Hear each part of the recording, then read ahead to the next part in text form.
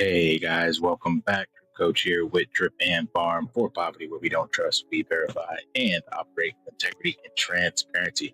In today's video, we're going to be talking about a clip from Tom Lee and a clip from the PBD podcast, Patrick Bet Davis, where they're talking about basically what's happening right now in real time with stocks and Bitcoin prices and how things are shifting or changing. So typically, normally, August and September are down months. I showed you that for Bitcoin, but also Bitcoin and the S&P. And we're seeing, as Tom Lee says, kind of a breakaway. And if you're not paying attention, you may get caught off sides. So let's take a listen at Tom Lee's recent recap on Fox News. Enjoy the rest of the video. I think the market's consolidating and maybe it's trying to get direction from what the market does, because we did gain 28% from the April lows. We got to digest that. Now we're in August, like the dog days of August, where liquidity is lower. And I think that we're still holding our breath because we're in a period where the Fed isn't going to make an interest rate decision until September. So some of the key macro is kind of on hold. So I think markets are wait and see, but I'd say that pullbacks have been shallow. Is it? I mean, it's definitely the most hated. I can attest to it from our conversations with clients. We can see it measured in surveys like AAII, where there's stubborn bearishness net still. And then we did the rounds, Fundstrat did the rounds with a lot of our institutional clients the last 2 weeks. And I think folks are very cautious, which is actually good for stocks. They're cautious because, of course, markets have moved and our clients tend to be valuation sensitive. But I think adding to their frustration is that during that April downturn, many were selling their best names because they were trying to get defensive, and then they haven't fully reloaded yet. So I think that's why there's still room for stocks to go up. Is that the stock market had 6 stress tests in the last 5 years, from COVID to the bullwhip supply chain, to the fastest inflation cycle in history, to the fastest Fed hikes in history, then to the Trump tariffs, and then, of course, U.S. bombing nuclear facilities of Iran. Those are things that could cause catastrophes for earnings, but instead the S&P earnings have actually grown. So I think we're in the process of re-rating the S&P. So I actually think multiples are continue drifting higher. Okay, so that to me was a major eye-opener, the way he explained that. 6 major stress tests. And yet still, the S&P continues to grind higher. So right here, we have the average monthly returns. So you see that August, it's not horrible. I guess you could say it's kind of an average, but going into September, it is clearly September over the last 95 years has been a down month. And then what Tom Lee is saying, that right now we are kind of shifting that narrative. And you can see literally from April, May, June, it has been up. And when you zoom all the way back out to pre-Trump era, we've already crossed over the all-time highs of the S&P, 6,032, 6,040. And we just recently crossed a recent all-time highs as of 2 days ago or a day ago at 6477, 6480, sorry. So clearly something is shifting. And like he said, with those 6 stress tests, but yet it continues to grind higher. Like, those are not like minor factors for the S&P when you talk about COVID and supply shocks and bombing in Iraq and tariffs. Like, all that we definitely saw, like with the tariff news, we saw this drop. But like he said, markets are forward looking and they like to act with certainty. So they are now pricing in the rate cuts coming in September and October, November, December. Like, I believe the current is pricing in 3 rate cuts at 25 basis points. And even if those don't go as planned, they are pricing in the fact that a new Fed chair will be taking position come next May. So we can still see some volatility, some downsides, some shaking out positions, some liquidations, of course. But look at the general trend and look at the outlook. Remember, this administration still has 3 years and 4 months, and Powell is out in about 6. So that has to all be taken into effect. And, your decisions weighted against that. Let's go to this next clip about the year-end target for the S&P. And Tom mentioned this. I think this clip was like early August, first week of August, and we've already hit his forecast. Almost hit his forecast. In a binge. I mean, I think our year-end target's probably low, because I think we could do 6,600 this month. I think this is this the month. Yeah, I think we're gonna have a breakaway move in the S&P this month. even in what is a historically, not the best seasonal period for stocks, as we know. August is usually like a nothing burger, and then September is that's your call? I would say that's our base case, yes. starts next week. I mean, really, since 2020, the dips have been shallow unless we have structural problems. I would say it's a good sign that investors are cautious, which is what we're finding. And as Laura was mentioning, there's tariff concerns. People just want to get through and see what tariff impacts there are. But we also know that consumer expectations around inflation are cooling. I mean, it's prevalent in the UMich surveys, the Consumer Conference Board, and also the New York Fed. So I think the Fed correctly is being patient, but that's a catalyst, because if we think there's cuts in the fall, that's good for stock. I think it's... So like he said, he's expecting this to hit 65, 66. We didn't quite hit 65 yet. And I believe, like I said, this interview was done somewhere around this time period, August 3rd, August 5th, because that's what you see on the board back there. And we did get up to 65, 64.80 already. And then we had some negative PPI data come out yesterday as of this video.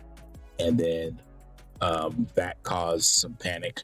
But all in all, I think what Tom's mentioning is that, yeah, things are going to go higher. And the reason I'm talking about this, specifically S&P 500 stocks, even though this is all about Bitcoin, is that these are kind of leading indicators. When you see money funneling in or all-time highs with these positions like this and in gold and things of that nature, that has other investors looking further out on the risk curve where Bitcoin actually sits.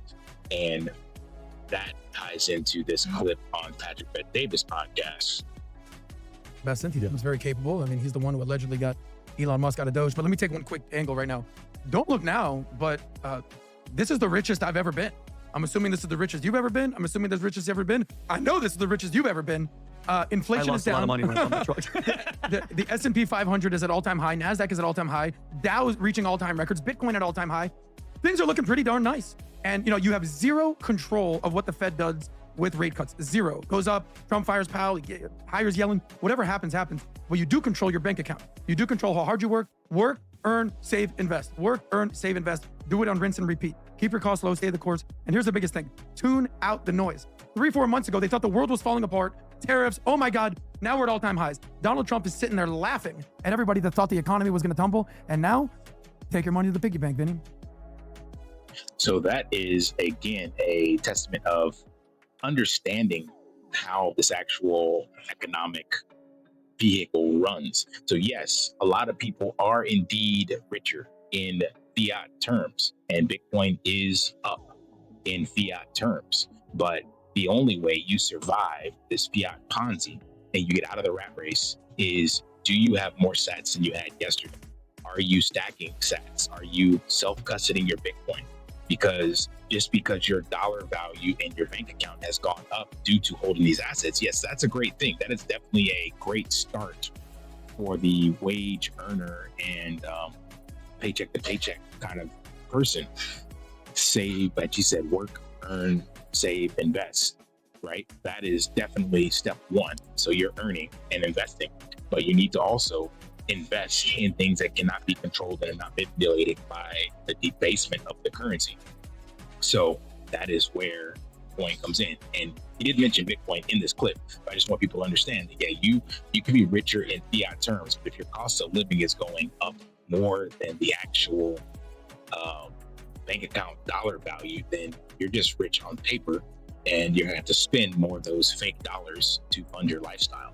So don't get caught offside, so to speak, or get caught up in the hype of thinking everything is Gucci when you could just be a victim of the system. All right, last clip here. And tariffs are things that are well telegraphed and socialized. And as soon as markets view it as one time, we will actually look through those. So let's keep in mind, tariffs are going to create winners and losers, because the companies that imports are 10% of our economy. And the companies that are highly reliant on imports are going to have effects that they have to reprice their business and margins. But if someone said that should take down S&P earnings and the S&P 500, they're overlooking that the S&P is a broad set of companies. That was another eye opener for me. It's like, yeah, tariffs are going to affect different companies differently. And you have to understand that the S&P is a basket of different companies from different sectors. It's a top 500 across multiple sectors. So some companies will actually benefit from tariffs and some will not. So it should balance itself out.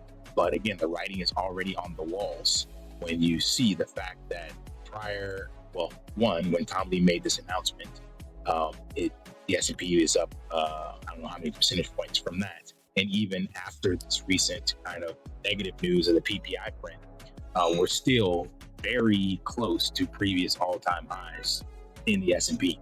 So again, I only bring this up because of where we're going and how you need to start looking at this debasement of currency and what it means for you in regards to savings and your cost of living, and that the only escape valve is Bitcoin.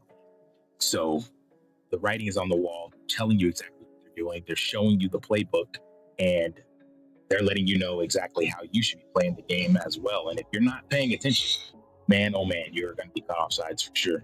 And like Tom Lee mentioned, this could very well be different compared to the last couple of years, even in the S&P. I've been mentioning that the cycle for Bitcoin is different.